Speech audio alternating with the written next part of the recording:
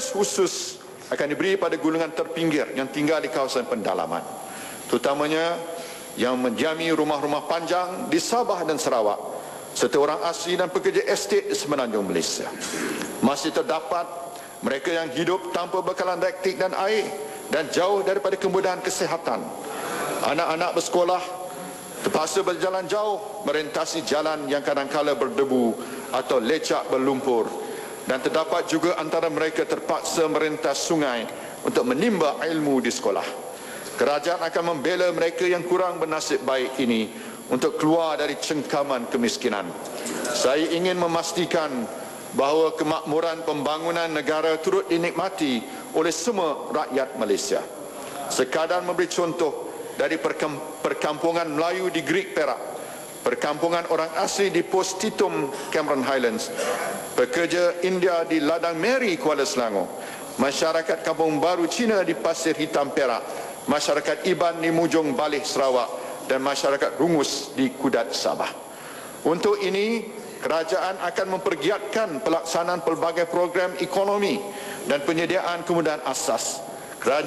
Kerajaan juga sedang mempertimbangkan kaedah untuk memberi hak milik tanah kepada masyarakat orang asli dan bumi putera di Sabah dan Sarawak.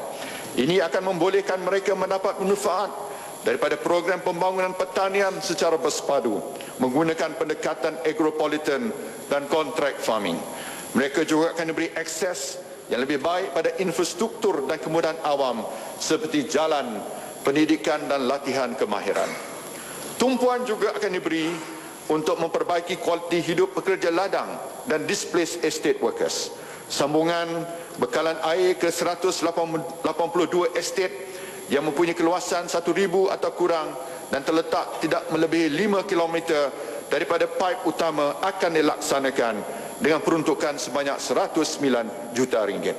Program latihan kemahiran pula akan disediakan terutamanya kepada golongan muda pelbagai kaum yang tercicir daripada persekolahan bagi membolehkan mereka mendapat peluang pekerjaan yang lebih baik.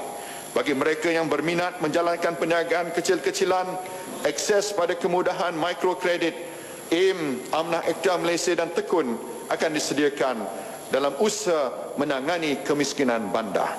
Kemudahan pinjaman ini akan dipakej bersama dengan latihan keusahawanan bagi membina keupayaan mereka dalam bidang seperti pengurusan kewangan, penyediaan rancangan perniagaan, pemasaran dan promosi. Latihan ini akan dijalankan di Institut Keusahawanan Negara INSCAN, Pusat Giatmara dan Institut Kemajuan Desa. Penduduk yang tinggal di kawasan Kampung Baru Cina akan juga diberi bantuan. Kini terdapat 280,000 isi rumah yang tinggal di kawasan Kampung Baru Cina. Untuk membantu mereka membuat pembayaran premium tanah bagi pelanjutan tempoh pajakan, mereka akan disediakan pinjaman mudah yang akan disalurkan melalui Bank Simpanan Nasional. Untuk ini, sebagai permulaan, dana pembiayaan sebanyak 100 juta ringgit akan disediakan.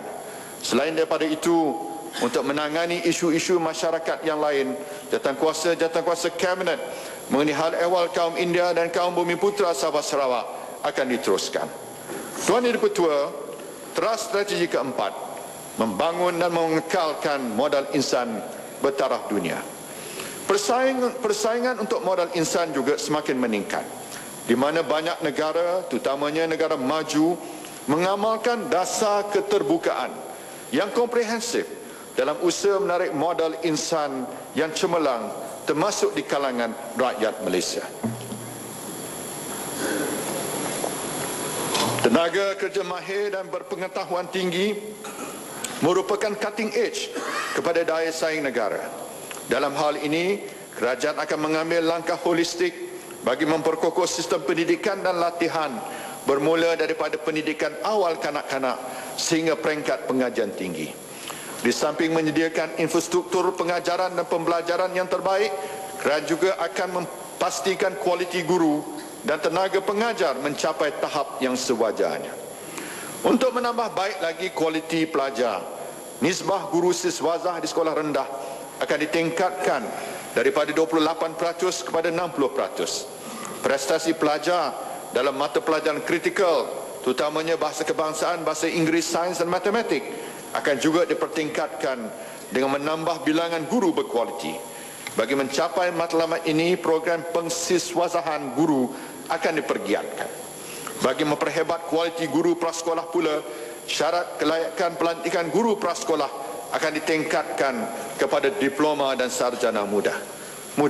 Kerajaan berhasrat menjadikan profesion keguruan sebagai kerjaya pilihan kepada calon yang cemerlang. Bagi memenuhi keperluan guru bahasa Mandarin di sekolah jenis kebangsaan serta sekolah kebangsaan, lulusan Unified Examination Certificate UEC yang telah memiliki sijil SPM sebelumnya akan diberi pertimbangan untuk mengikuti pengajian di Institut Pendidikan Guru bagi program bahasa Cina. Pertimbangan yang sama juga akan diberi kepada lepasan sijil menengah agama atau sijil tinggi agama kelolaan Jabatan Agama Islam dan Majlis Agama Islam negeri-negeri yang telah memiliki SPM untuk menjadi guru kepada program pendidikan agama Islam dan JCOF. Dalam aspek ini juga, kerajaan telah menubuhkan sekolah berprestasi tinggi SBT untuk membolehkan pelajar mencapai kecemerlangan dalam semua aspek pendidikan. Sejumlah 20 buah sekolah telah diberi status SBT berdasarkan pencapaian dan prestasi mereka. Bilangan SBT akan ditambah kepada 100 buah pada akhir tahun 2012. Sekolah-sekolah ini terdiri daripada sekolah rendah, menengah, sekolah harian dan sekolah berasrama penuh. Sekolah amanah atau trust schools akan diperkenalkan untuk memudah cara perkongsian awam swasta dalam pengurusan sekolah-sekolah kerajaan yang terpilih. Sekolah-sekolah tersebut akan diberi kuasa otonomi oleh kerajaan dan dengan itu dipertanggungjawabkan bagi meningkatkan prestasi pelajar. Otonomi yang akan diberikan termasuk keanjalan untuk mengubah suai kurikulum pembelajaran, menggunakan peruntukan mengikut keperluan, memberi insentif kepada guru mengikut tahap prestasi serta memilih guru dan staf sokongan. Kerajaan akan terus membantu sekolah bantuan modal untuk meringankan beban yang tanggung oleh pihak pengurusan sekolah.